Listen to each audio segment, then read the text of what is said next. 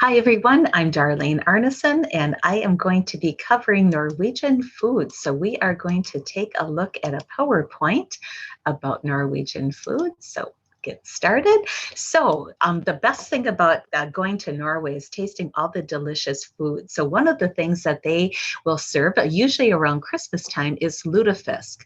And LUTEFISK kind of gets a bad reputation. It's actually codfish, but the way it's preserved is a little bit different. So years and years ago, especially during the war, when they didn't have a lot of storage for their food, they would dry it and they'd soak it in lye, and then they'd soak it in water, and then they would prepare it. So lutefisk is a big tradition with especially Norwegian Americans, and there's dinners that churches and other groups will have. It's often served with mashed potatoes and rutabagas and cranberries and rolled in LEFSE and eaten for a delicious meal. LEFSE is another food. Typically when you come to the Sons of Norway for the 3rd and 4th grade event, you would be making LEFSE at one of the stations. So LEFSE is usually made from potatoes. It might be made from real potatoes.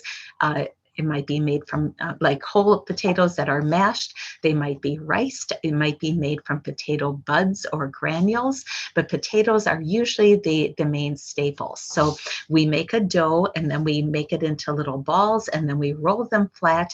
We grill them on a LEFSE griddle and then we cool them. And you're going to be seeing a video as well on how to make LEFSE, but then we also have one on how to cool and package it.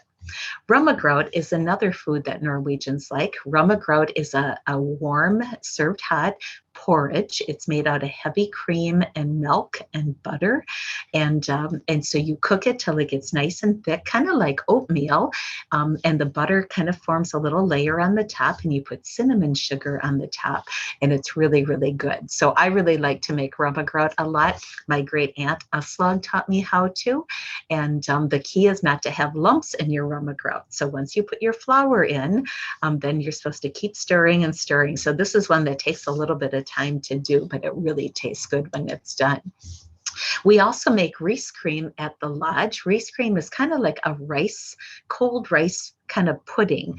And so if you think of like rice that you eat like with Chinese food and so on, this is made more with milk and then it's cooled down. And then we usually top it with like cherries or lingonberry sauce or some type of sauce to eat it.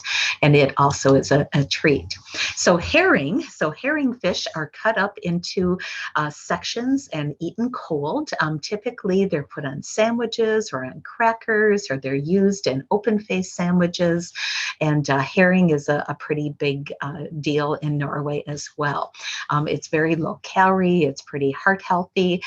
It's often served with sardines. So you might see King Oscar sardines. King Oscar is a major sponsor of Sitnamai and Stoughton, and so those are two favorites.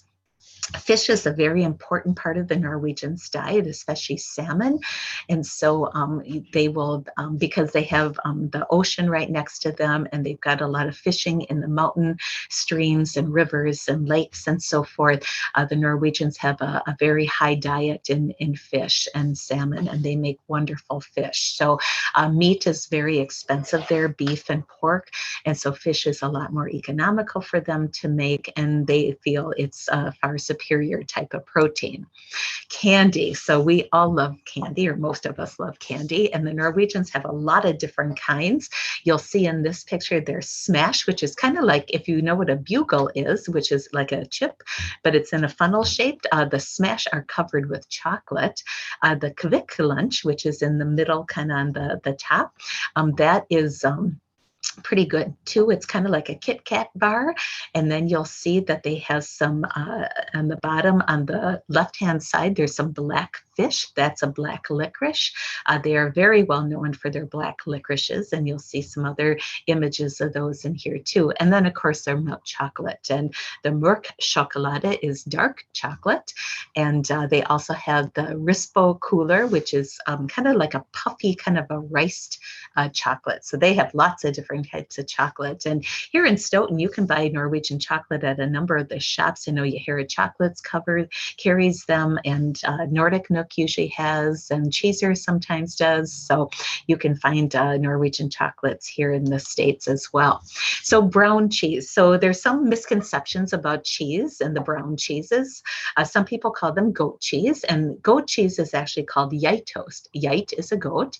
And so if the milk is from a goat, it's called geitost. But brown cheese is usually brown in color, different shades as you can see, and that usually comes from cow's milk. And so we often will see Ski Queen brown cheese in the grocery store here in Stoughton at Pick and Save, or again, sometimes Cheezers has carried that and so on. That's made from cow's milk. Some people call that goat cheese, but it really isn't. My great uncle, who was from Norway, said the goat just walks by the pail. And so there's no real goat milk in the brown cheese. But brown cheese is used on open-faced sandwiches, on crackers, in gravies, and in all kinds of different ways. KRANSEKAKE, this is a ring cake, and so there are special forms that you make to make the KRANSEKAKE. A typical KRANSEKAKE has 18 rings, and they're baked in these pans, so each pan will have about 4 rings in, and then once you get them all done, it's made out of almond and egg whites and powdered sugar. So once you get them baked, then you're going to make the cake and the pyramid, and you hold it together with frosting. So there's a couple traditions with KRANSEKAKE. They're made for special occasions like baptisms or confirmations or special birthdays and anniversaries. You often decorate them with cakes. Sometimes you'll find there's some little streamer type containers on there. They almost look like a little, like you took a toilet paper roll or something, but really small, and wrapped it in foil. And when you pop those open, they have like jokes inside of them. But also at a wedding, the KRANSEKAKE is used by the bride and groom. So the groom covers the bride's eyes, and she lifts up the top ring, and how many rings stick to that top ring is how many children they're going to have. So that's kind of a fun tradition with KRANSEKAKE. Heart-shaped waffles, or waffler, is very popular, but unlike here where we usually eat waffles for breakfast, the Norwegians typically have waffler with their coffee in the afternoon. So it's more of a dessert, and it's often sprinkled with powdered sugar, and they use strawberry jam or lingonberry jam or cloudberry jam, or fresh fruit on them. They don't have maple trees there, so they don't have maple syrup, but they sometimes will have like honey or something like that on. Meatballs are also a very important part of their diet. So just like here, people like meatballs different ways. Some like a white sauce on, some like gravy on, some like them plain, some like them from pork or beef or other types of meats. Fårikål is a little bit different, and I like to make this occasionally. It's not a favorite of mine, but it's kind of fun to make once in a while.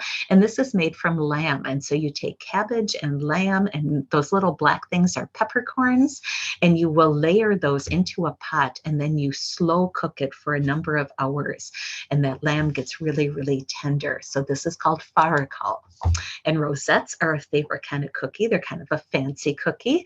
They're fried in oil, and so you have rosette irons, and they have different patterns on them. And then you dip the iron into the batter, and then you hold it in the oil, and then it will make the cookie. And then you take it out and let it kind of cool and so forth. Open-faced sandwiches are also made. And so they are, they're kind of an artwork in itself. And so sometimes the breads will have a meat product on, sometimes fish, but usually it's kind of artistic work as to how they put those sandwiches together. So, so some can be quite simple, and then others get really, really fancy, which is pretty cool. So there's a lot of different types of recipes that people have. As you can see, there's a wide variety of different foods that people can make. And so we encourage you to take a look at the Sons of Norway website, sofn.com. There's a Norwegian culture, and under that is recipe box, and that's where you'll be able to find information about the different types of foods and so forth that we have. So we want to thank you for tuning in today, and we look forward to making foods, or come down to Sons of Norway and you can enjoy some of our foods. Thank you.